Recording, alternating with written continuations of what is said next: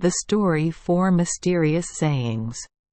A young king, with a beautiful appearance but a passion for beauty and beautiful women, the king spent most of his time hanging out with women in the royal court.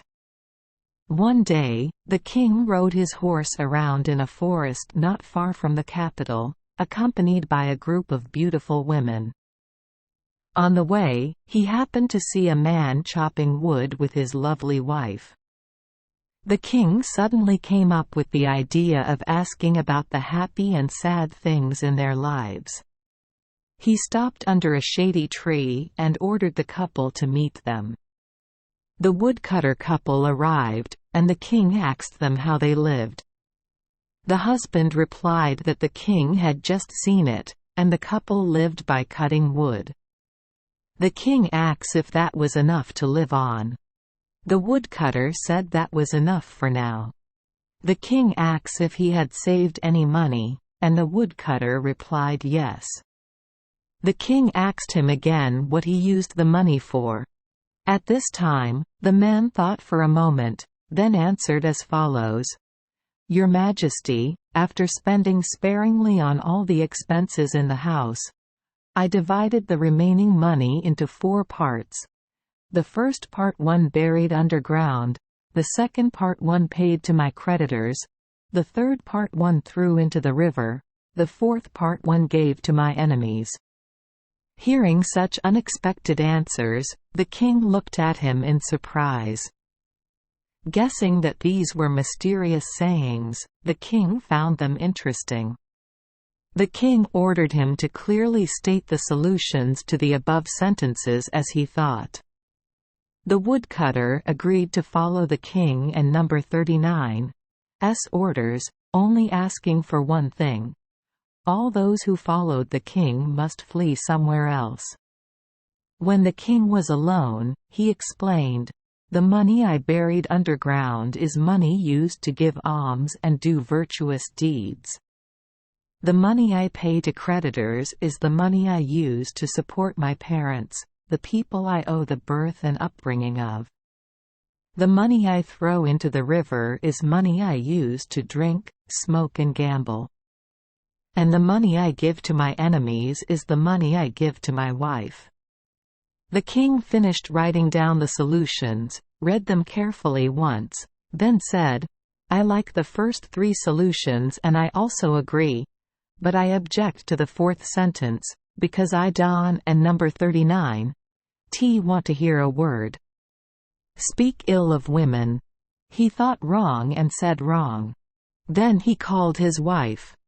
In front of the couple, he said, "You must keep those 4 mysterious sentences, and do not tell anyone your solution.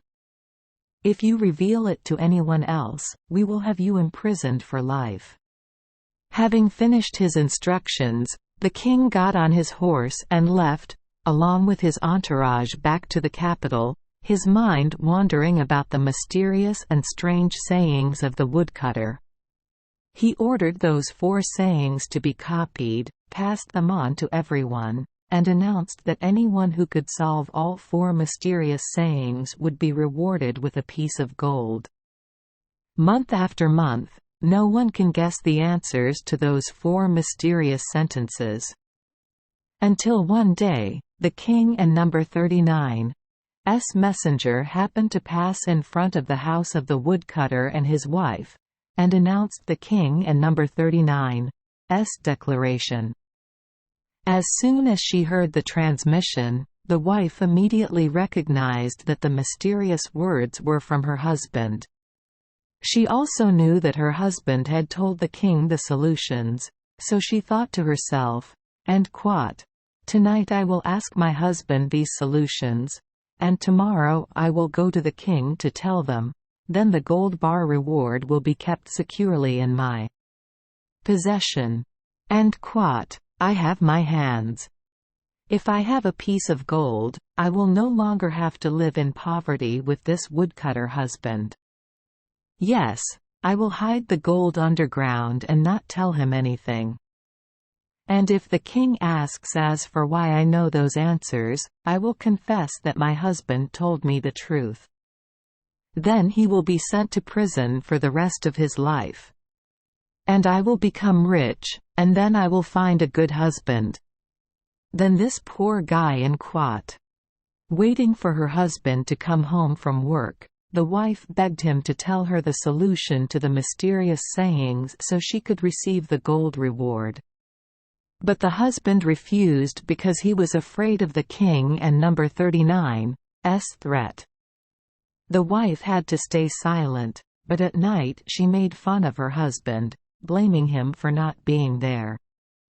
The next morning, when the husband had gone to work, the three-legged wife immediately went up to the capital to the king and number 39's palace, asking to meet her, to tell the solutions of 4 mysterious sayings.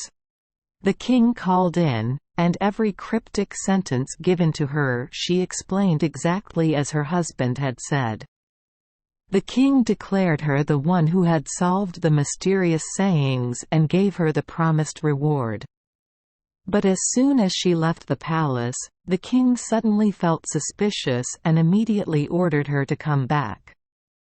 The king asks, "Who is your family? It seems like I and number 39. They seen it somewhere before." The woman replied, "Yes, Your Majesty, I am the wife of the woodcutter you met in the forest." "So how did you find those solutions?" "My husband told me." Hearing that, the king frowned angrily, but having missed his announcement, he let the woman leave with the reward she had received and ordered the husband to be captured. The woodcutter was captured and led to kneel before the king. The king asks, "I told you in advance that the punishment would be severe if you told anyone the solution to the mysterious sentence, so why did you dare to tell your wife and dare to disobey my orders?" The woodcutter told the whole story and tried to explain himself, but the king was still angry and refused to listen, so he ordered him to be imprisoned. While waiting for the soldiers to come to take him away, he spoke again to the king. "Your Majesty, the reason I told my wife the solution is because I love and trust her. I trusted her to keep it a secret, but then she didn't and #39. She betrayed me, bringing the solutions to receive the prize even though she knew that by doing so I would be imprisoned for life. Your Majesty probably remembers, in the 4th sentence I said the money I gave to the enemy was the money I gave to my wife. Your Majesty did not agree before, so what do you think about it now?" The king listened, remembered his previous opinion, and now saw that the woodcutter and number 39's answers turned out to be correct. The king then forgave him and rewarded him with a lot of money. Thank you for joining us for today's fairy tale. We hope these stories bring joy and meaning to your day. If you love our channel, please hit the subscribe button so you won't miss any exciting tales. Wishing you a good night and sweet dreams. See you in the next story.